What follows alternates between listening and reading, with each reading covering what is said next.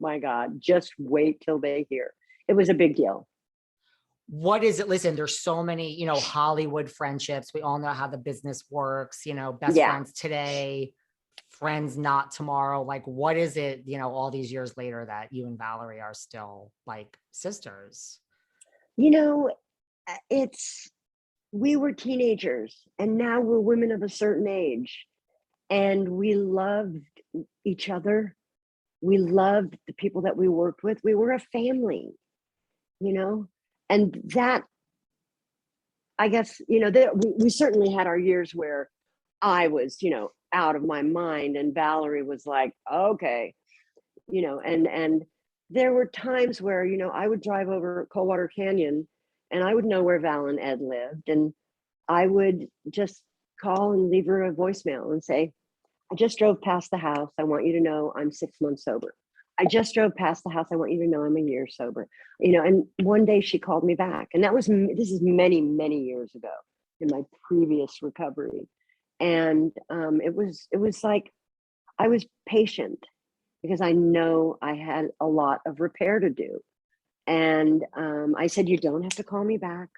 I just want you to know I'm thinking of you and I love you. And one day the phone rang, and yeah, there's a lot that's happening a lot here in this interview. One day the phone rang. But I love Val. Like, I texted her the other night and I'm like, dude, you were just a question on Jeopardy. She's like, no, really? That's a first. And I was like, yes, and they got it right.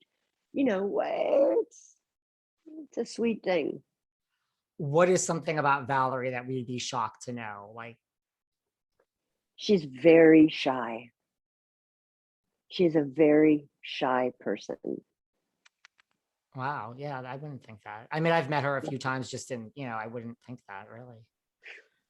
Because when you turn it on, step out of into the lights and be a different version of yourself. Yeah. You know, she's a shy woman, a lovely woman. Well, as far as the phone ringing, if Norman Lear or Valerie Bertinelli or Mackenzie Phillips called me, I would pick up. So there you go. Right? How did you get this role in the brilliant Orange is the New Black? So it was so crazy. I was traveling for work and I was on my way to a conference in Baltimore. And I was with my clinical director and the CEO of Breathe, both females, and various others. And we were in a hotel in Baltimore, and I got a call saying, hey, they want you to self-tape for Orange is the New Black. And I was like, crap, I'm in a hotel room with a bunch of behavioral health professionals.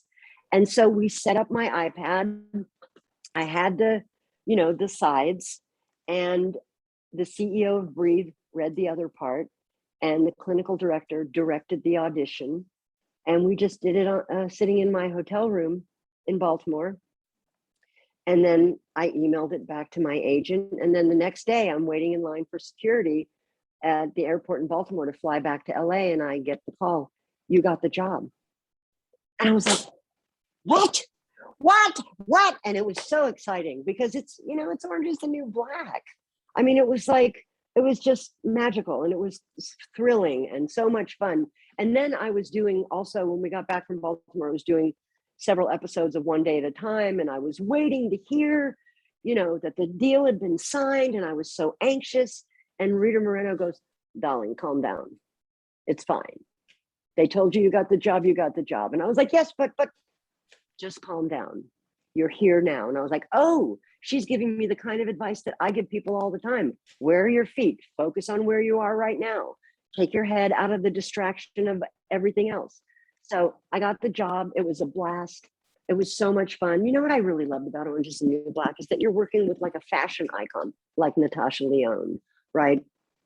And yet we're all in prison uniforms, and nobody has like makeup. Like they, if anything, they go in to make you look older and more tired than you look without makeup. And then I had to wear, like, they created an Invisalign to go over my teeth to make it look like I'd been in prison for 30 years and had very yellow teeth. So I still have that Invisalign, and I pop it in once in a while because it was incredible. It was a blast. Who were you It was a closest? blast. I mean, it was a great, brilliant show. Like, who were you closest to on the set? Like you mentioned, I was Natasha. really closest to Vicky Martinez, who's fantastic. We had a lot of scenes together, and I think out of the regular cast of Orange Is the New Black, I was probably working with Natasha the most. And Natasha's been friends with my sister Bijou for years, and Natasha's a woman in recovery, so we had a lot of stuff in common. Yeah, it was super fun. This might be a dumb question, but like you mentioned, like One Day at a Time, like you played a therapist. Okay, like perfect. So now you're playing Barb in Orange is the New Black, and like there's a scene, like she was into drugs, and like where you're like snorting fake drugs. And oh yeah, that was a trip. That was trippy because I knew it was coming, and the day came for me to film it, and they handed it to me, and I was like, no, you got to cut the straw at an angle, and you got to do this, and you got to, because I wanted it to be realistic. And I was like, no, whatever. It was like vitamin B powder or something. I was like, no, I'm going to snort it. And I snorted it in the first take. And it was like, it made my eyes water. And it was like, and then people would say to me, oh my God, you must have been so triggered. I was like, no, I wasn't triggered. I was inhabiting somebody else. And then I got to walk away a free woman.